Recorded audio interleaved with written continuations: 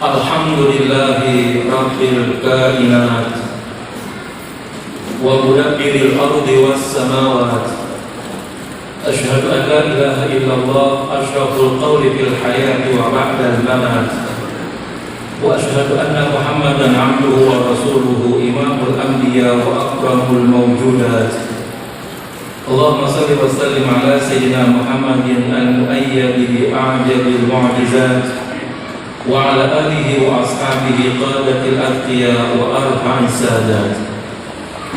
Amma ba'du, fa ya ayyuhal hudurul a'izza, usi nafsi wa iyyakum bittaqwa wattaqullaha fi syiddati war raha wa adhi'uhu fi sarra'i wad dharra.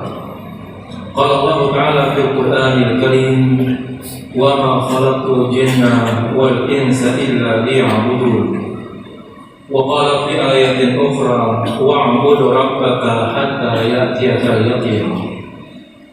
Wa qala rasuluna sayyiduna Muhammadun sallallahu alaihi wasallam, ala inna fil jasadi la mudghah idza salahat salaha al jasadu kulluh wa idza fasada al jasadu kulluh, ala wa hiya qalbu. Sadaqallah wa sadaqa Rasulullah sallallahu alaihi wasallam.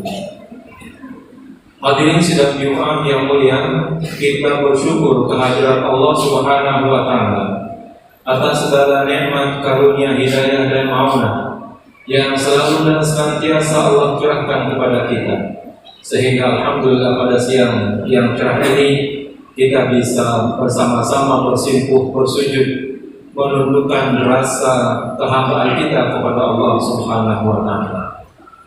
Untayan salawat dan salam selalu kita sampaikan kepada junjungan kita Nabi besar Muhammad sallallahu alaihi wasallam, yang mudah-mudahan dengan untayan salawat dan salam ini kita bisa dikenal oleh baginda Rasulullah sallallahu alaihi wasallam, dan pantas rasanya kita mendapatkan syafaatul uzma pada hari kiamat kelak. Amin ya rabbal alamin. Perkenankan khatib berwasiat untuk pribadi dan juga untuk hadirin sekalian. Mari kita berupaya sekuat tenaga untuk meningkatkan nilai dan kualitas keimanan kita kepada Allah Subhanahu wa taala, untuk kita jadikan iman yang kokoh, takwa yang kuat sebagai modal hidup yang paling baik untuk kita terus memutar sisa-sisa kehidupan yang masih ada yang Allah anugerahkan, sehingga roda menuju husnul khotimah dapat dengan mudah kita temukan. Hadirin sekalian yang kami hormati, manusia adalah makhluk Allah yang paling monumental, paling sempurna, dan satu-satunya makhluk yang dipuji oleh Allah dalam Al-Quran. Allah memuji manusia atau al-insan karena penciptaannya yang memang Allah bentuk dalam keadaan yang sempurna, dan juga Allah menempatkan manusia dengan kedudukan yang mulia dan terhormat dengan menyiapkan rizkinya yang paling baik. Allah Subhanahu wa taala menyatakan, laqad khalaqnal insana fi ahsani taqwim. Sungguh kami telah menciptakan manusia dalam bentuk yang paling indah.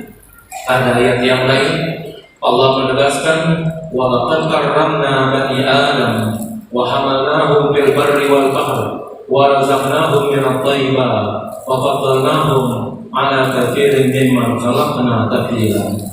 Dan sungguh telah kami posisikan Nabi Adam, anak-anak Adam yaitu manusia, dalam tempat yang paling mulia. Kami berikan posisi dan tempat baik di daratan maupun di lautan, dan kami berikan rezeki yang baik, dan kami unggulkan keberadaan mereka melebihi makhluk-makhluk yang lainnya.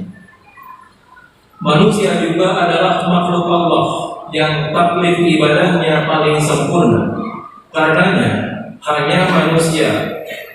hanya kepada manusia Allah mengutus para nabi dan menurunkan kitab-kitab. Tidak ada nabi yang Allah utus kepada malaikat, tidak ada nabi yang Allah utus kepada jin, tidak ada kitab yang Allah turunkan untuk malaikat dan untuk jin, apalagi makhluk-makhluk yang lainnya. ibadah yang dilakukan manusia bukan untuk kepentingan Allah, tapi kembali untuk kepentingan kesempurnaan manusia itu sendiri. Dari ibadah yang wajib dilakukan oleh manusia, di dalamnya mengandung beberapa fungsi. Di antara fungsi ibadah itu di antara lain adalah ada fungsi takhalli, ada fungsi tahalli, dan ada fungsi tajalli. Apa yang dimaksud dengan fungsi takhalli? Fungsi takhalli dalam beribadah yang dilakukan oleh manusia adalah bahwa ibadah yang dikerjakan oleh manusia sebagai hamba Allah adalah dalam rangka melenyapkan segala sifat-sifat buruk yang ada pada manusia.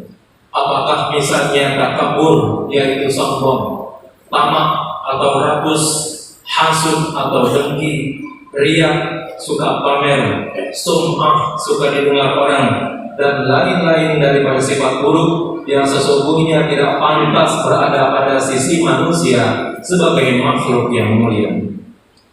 Dalam melaksanakan sholat misalnya, kita diperintahkan untuk sujud, di mana kepala dan muka diletakkan sejajar dengan kaki, anggota terendah dari tubuh manusia, sebagai perlambang bahwa sholat mengajarkan kepada manusia untuk melepaskan sifat-sifat takabur sekaligus menghiasi dirinya dengan sifat-sifat tawadhu. Takabur ini sifat buruk yang menjadi pengganjal dan penghalang manusia untuk bisa masuk ke surganya Allah Subhanahu wa Ta'ala. Setitik saja nilai takabur yang ada pada hati manusia sudah cukup untuk menjadikan manusia tidak pantas untuk masuk ke surganya Allah Subhanahu wa Ta'ala. Rasulullah bersabda, la yadkhulul jannata ahadukum man kana fi qalbihi mithqala dzarratin min kibarin. Tidak akan masuk surga setiap satu di antara kalian manakala masih ada di dalam hatinya satu zarrah, senilai atom, setitik kecil dari nilai-nilai takabur. Iblis sebagai makhluk terlaknat dijuluki kafir bukan disebabkan karena iblis pernah berzina atau meminum minuman keras atau mencuri atau korupsi sebagaimana banyak dilakukan pejabat di negara kita ini. Apalagi iblis tak pernah sujud kepada siapapun. Iblis hanya mau bersujud kepada Allah dan selalu imannya dalam keadaan perbaikan, tapi anehnya tetap dinilai kafir di hadapan Allah. Penyebab utamanya hanya kesombongan saat diperintah untuk menghormat kepada Adam. Allah berfirman, wa yaquluna lil malaikati isjudu li adama fasajadu illa iblis aba wastakbara wa kana minal kafirin.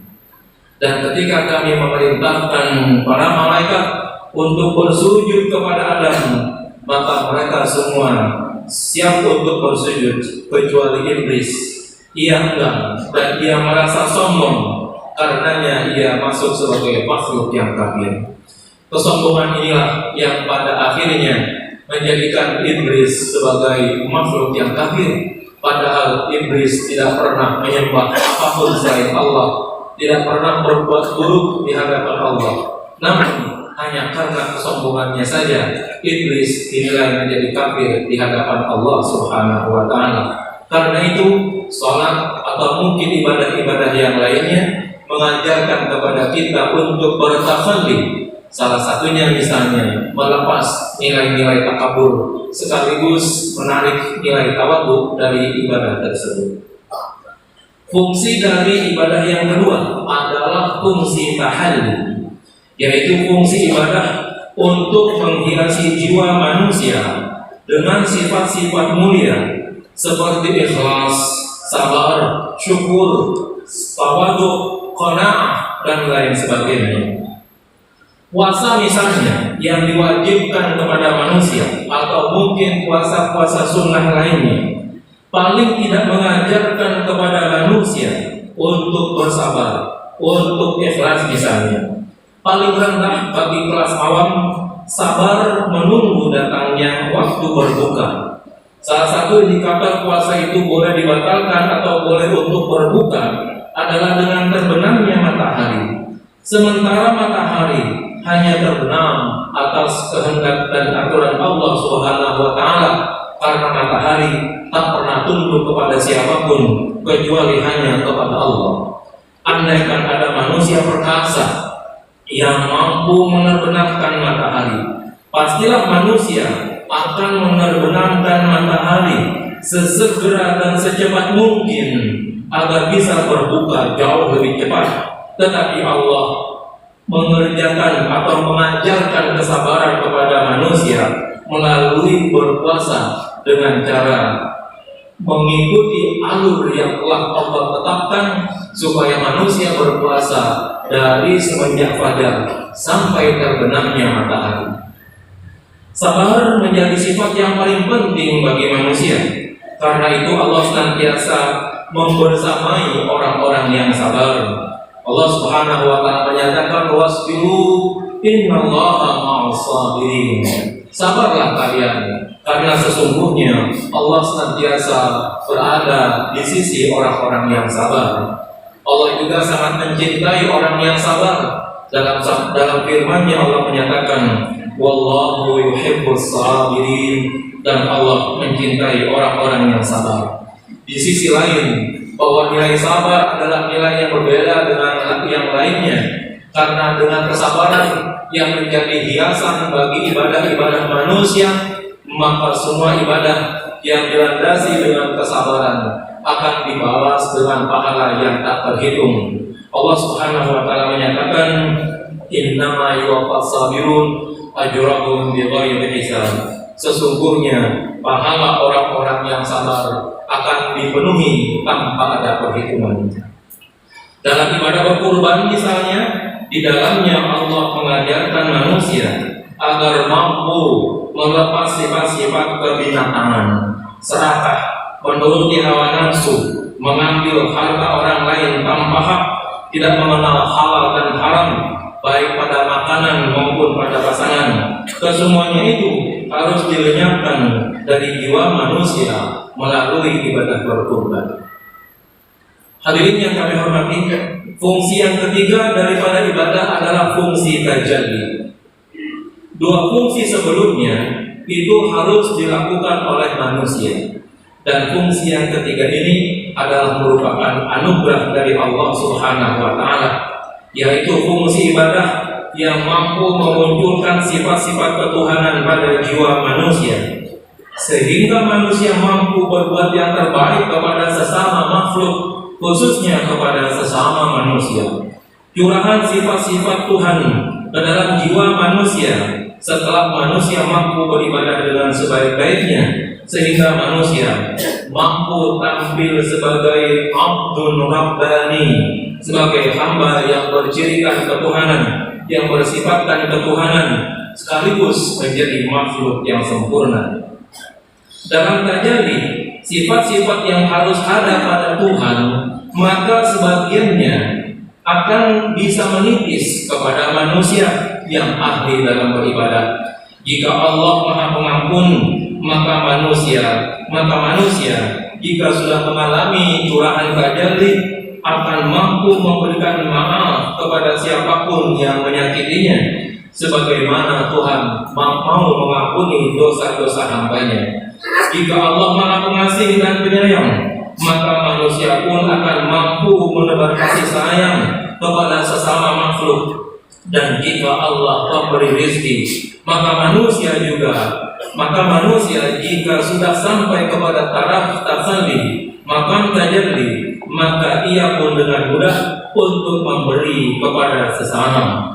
Semakin tinggi curahan sifat ketuhanan kepada manusia, maka semakin tinggi kedudukan manusia. Bahkan sangat memungkinkan manusia bisa melampaui kedudukan hamba-hamba Allah Al-Muqarrabin. Dalam satu hadisnya Rasulullah SAW menjelaskan, idza aradta an tasbiqal muqarrabin fasil man qata'aka wa'ti amman haramaka wa'fu amman zalamaka. jika engkau ingin lebih unggul dibandingkan dengan hamba-hamba Allah al-muharrarin, maka sambunglah silaturahim kepada yang memutuskannya. Memberilah kepada orang-orang yang tidak mau memberikan, dan maafkanlah orang-orang yang berlaku zalim dan berlaku salah kepada kamu. 3 sifat, 3 pekerjaan: mau menyambung silaturahim, mau memberi, dan mau memaafkan adalah bagian kecil daripada sifat-sifat ketuhanan yang seharusnya ada pada manusia yang sudah mendapatkan curahan tajalli pada dirinya. Dari penjelasan di atas, maka sudah seharusnya ibadah harus terus-menerus untuk dilaksanakan. Ibadah tidak boleh berhenti. Karenanya Allah Subhanahu wa taala memerintahkan ibadah tanpa batas selama masih hidup di tanggung badan manusia. Bahkan ibadah harus dilaksanakan sampai batas kematian menjemput. Allah Subhanahu wa taala menyatakan dalam firman-Nya, "Wa'bud rabbaka hatta ya'tiyakal yaqin." Dan sembahlah Tuhanmu sampai datang kematian kepadamu. Dengan cara terus-menerus melaksanakan ibadah yang kontinu, maka upaya untuk melepas sifat-sifat buruk terus berlangsung, dan upaya untuk menghiasi nilai-nilai baik akan terus terlaksana, dan sangat memungkinkan curahan sifat-sifat ketuhanan pada diri manusia akan terus Allah berikan ketika manusia selalu dan senantiasa melaksanakan ibadahnya, apalagi apabila ibadahnya selalu ditingkatkan kualitasnya dan juga ditingkatkan kuantitasnya. Kita bermohon kepada Allah agar kita semua senantiasa mendapatkan curahan hidayahnya sehingga kita mampu menjalankan ibadah yang sebaik-baiknya. Amin amin ya rabbal alamin. Inna ahsana ma jarat bihil lisan kalamur rahman bil fadli wal ihsan. A'udzu billahi minasyaitonir rajim. Bismillahirrahmanirrahim. Ya ayyuhalladzina amanu ruk'u wasjudu wa'budu rabbakum wa qulu khaira la'allakum tuflihun. Barakallahu li wa lakum fil Qur'anil Karim wa nafa'ani wa iyyakum bima fihi minal ayati wa dzikril hakim. Aqulu qawli hadza wa astaghfirullahal azim li wa lakum wa li jami'il muslimin wal muslimat wal mu'minin wal mu'minat fastaghfiru innahu huwal ghafurur rahim.